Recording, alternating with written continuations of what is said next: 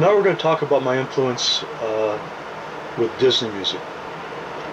Growing up in the 1950s as a kid and the 1960s, especially hearing the Mickey Mouse Club songs and the arrangements used on that program, which I loved. I had no idea that the gentleman who was basically involved with that was a man by the name of Buddy Baker, who turns out to be a great genius in musical arranging.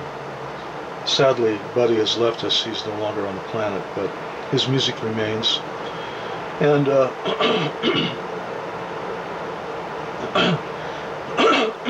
unknowingly, I didn't really know that Buddy was an influence until I got into my early 20s, and then I started revisiting some of the music that had been laid down on soundtracks, television soundtracks, movie soundtracks. One of which was The Wonderful World of Color. Now, allied to this were these two songwriters that were on the scene from about 1960 on, called the Sherman Brothers, and they often worked in tandem with Buddy Baker. First they would create the song, and then after that they would hand it to the orchestrator and the arranger. Usually it was Buddy. And especially on the Wonderful World of Color theme song, it was Buddy Baker's magical arrangement. And I really loved that. So I started getting into it, and I started trying to listen to the tapes, the records, to try to find out how these sounds were put together. And going over the Wonderful World of Color,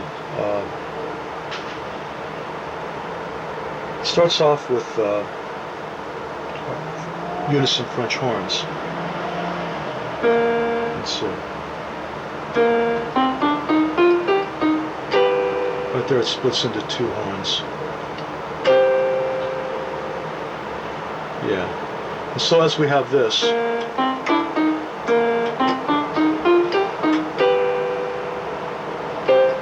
we have descending lines in the bass.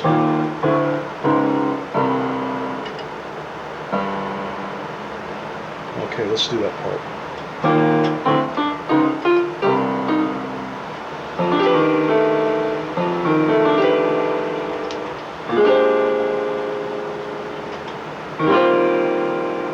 So I really like that. You know, we had contrary motion.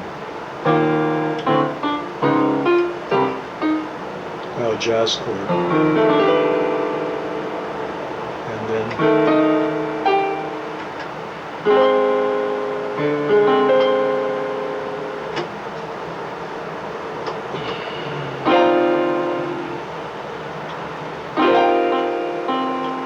we have the vocal arrangement coming in. The world is a carousel. Then girls.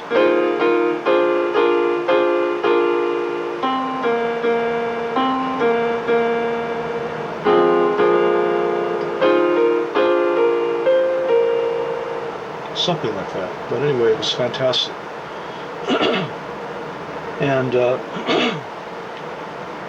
there was other Disney music that I liked very much. The Lady and the Tramp opening, and the Bella Notte vocal, which was not done by Buddy, I don't think, because Buddy arrived in right about the time that was being made in 1955. He may have worked on some of it, but basically he was hired to do some of the music for Davy Crockett at the insistence of his friend George Bruns, who was also a composer there. But one thing about the main title of Lady and the Tramp is it has these high strings.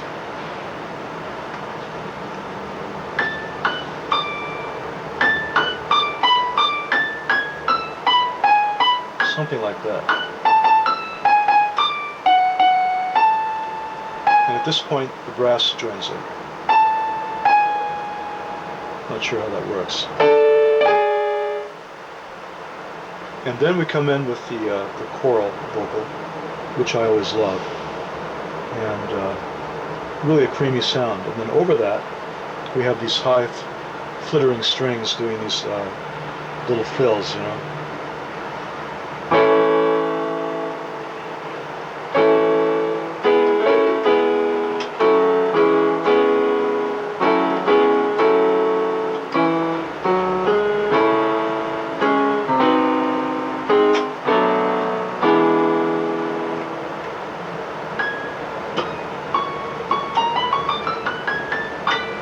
that sort of thing.